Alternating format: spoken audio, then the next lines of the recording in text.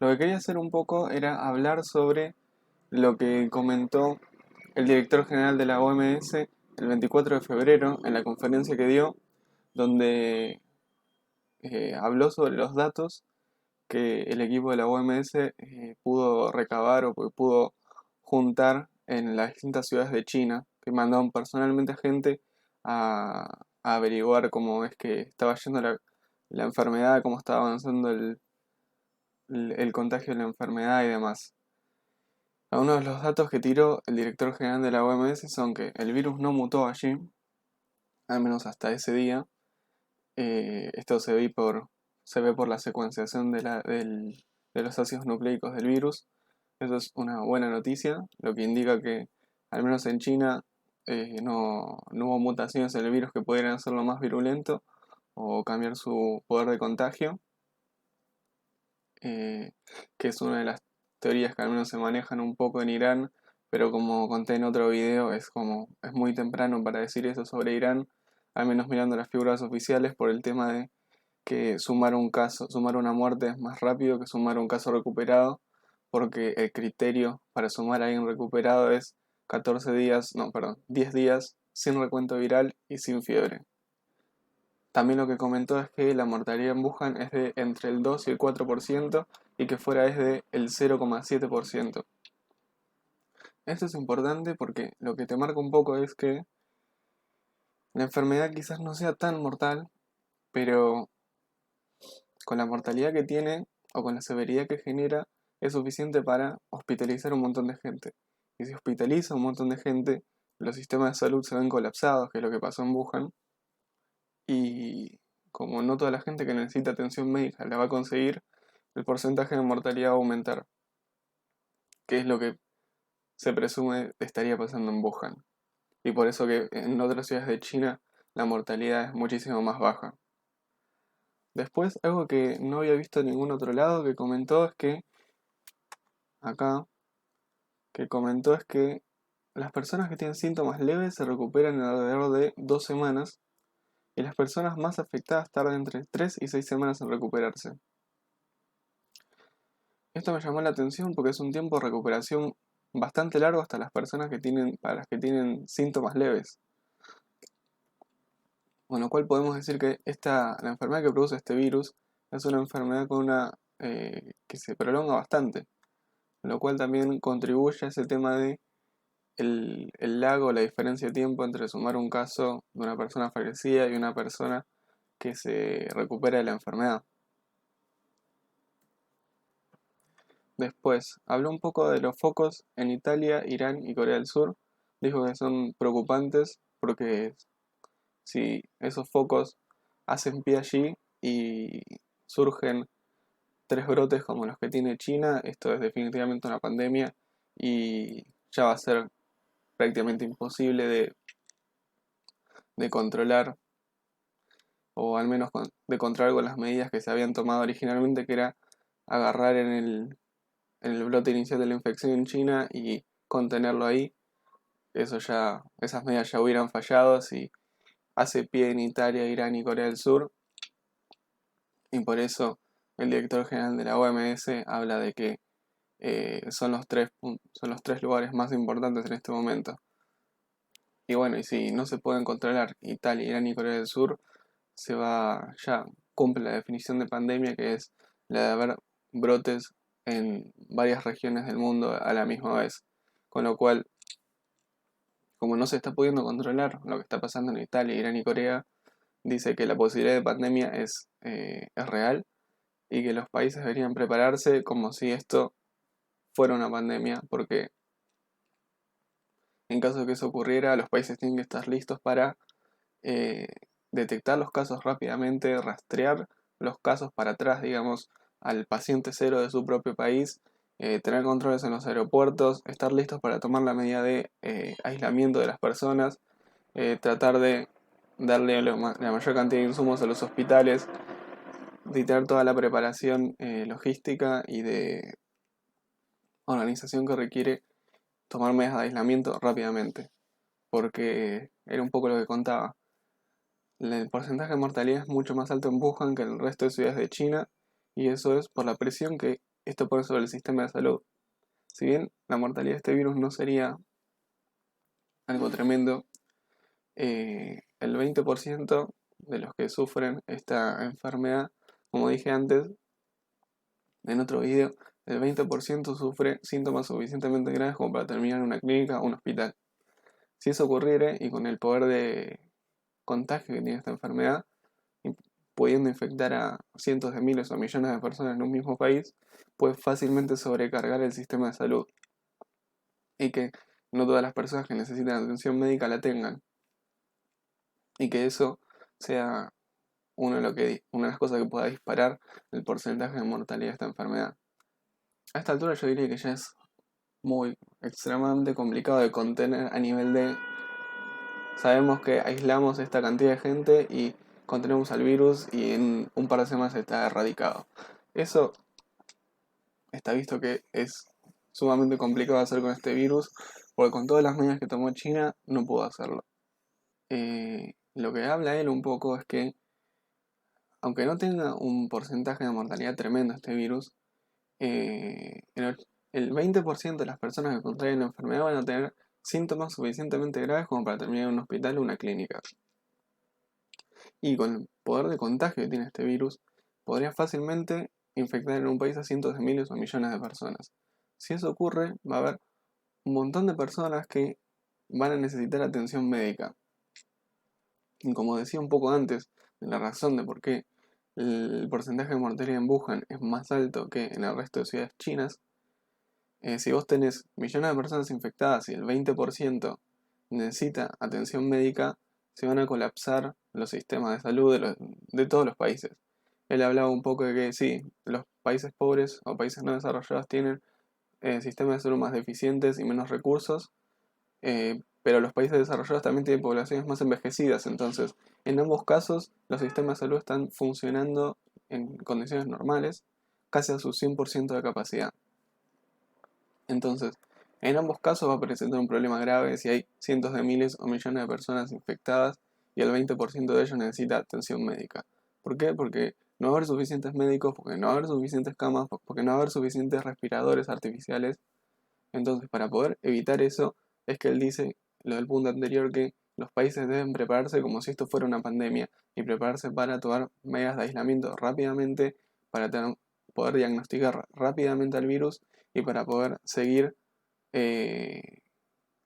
para poder seguir para atrás la cadena de contagio y rápidamente encontrar al paciente cero. Y acá lo que quería mostrar un poco era este gráfico. Sí, es un gráfico de Paint hecho horriblemente, pero sirve para explicar el concepto.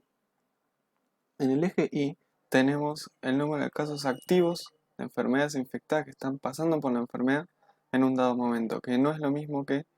el número de casos acumulados de la enfermedad. Por eso ambos gráficos bajan a cero en alguna parte. Si fuera acumulados no bajarían a cero. En el eje X tenemos el tiempo. En caso de que no se tomen medidas rápidamente de aislamiento, una estrategia agresiva en cuanto a diagnóstico del virus, me refiero a testear a mucha gente en la prueba de laboratorio. En caso de que esas medidas no se tomen rápidamente, la curva que tendríamos de casos acumulados sería más parecida a la curva roja, donde tendríamos un aumento exponencial y rápido del número de casos que luego llegaría a un plató, llegaría a un punto donde el aumento de casos sería muy lento y luego el número de casos totales sería constante, no aumentaría más. ¿Por qué? Porque mucha gente generaría inmunidad contra el virus, entonces es más difícil que se contagie y luego el número de casos totales empezaría a disminuir. Si esto ocurre, lo que pasa es que tendríamos una gran cantidad de pacientes en poco tiempo. Y eso es justamente lo que queremos evitar. Tratar de contener este virus al 100% ya ha probado ser extremadamente difícil, donde China con medidas bastante extremas no pudo hacerlo. Entonces, ¿a qué llamo contener el 100%? Contener el 100% sería, bueno, yo voy a aislar a estas 1000, 10.000 personas, 100.000 personas, las que sean, y en 4 semanas voy a erradicar el contagio del virus y ya está, el virus no circula más por este país. Eso es prácticamente imposible, hasta ahora ningún país pudo hacer eso, en un país que tuvo casos pudo lograr eso, así que creo que está fuera de las expectativas normales de la realidad que podemos tener que eso ocurra en algún país. Pero lo que sí pueden hacer este tipo de medidas es que en vez de tener la curva roja tengamos la curva azul. Ambas curvas suman la misma cantidad de gente acumulada en total, porque la curva azul, si bien es más baja, es una curva mucho más ancha que la curva roja. La curva azul es el caso en el que se aplicaron rápidamente estas medidas de aislamiento, estas medidas de diagnóstico rápido de la enfermedad, de que los países se preparen a nivel de organización y logístico para poder llevar estas medidas de contención del virus, en donde no van a poder erradicar el virus rápidamente, sino que lo que va a hacer es volver a la curva, volver al número de personas contagiadas, una curva mucho más ancha y más achatada. Entonces, por unidad de tiempo tendríamos al mismo tiempo menos personas infectadas a la vez, pero en el tiempo total de que durara la epidemia, llegaríamos al mismo total de personas infectadas que la curva roja. La diferencia es que en el caso azul, la presión sobre el sistema de salud es mucho menor, porque tenés al mismo tiempo menos infectados y tenés al mismo tiempo menos personas que tenés que hospitalizar. Entonces, si las medidas se toman rápidamente y se puede lograr que lo que suceda sea más parecido a la curva azul que a la roja, lo que va a suceder es que el porcentaje de mortalidad del virus va a aumentar muchísimo menos, porque se va a colapsar menos el sistema de salud. Es por eso la importancia de estas medidas rápidas y es por eso que el director de la ONU recalca que los países deben prepararse como si esto fuera una pandemia y que deben empezar con los controles en los aeropuertos,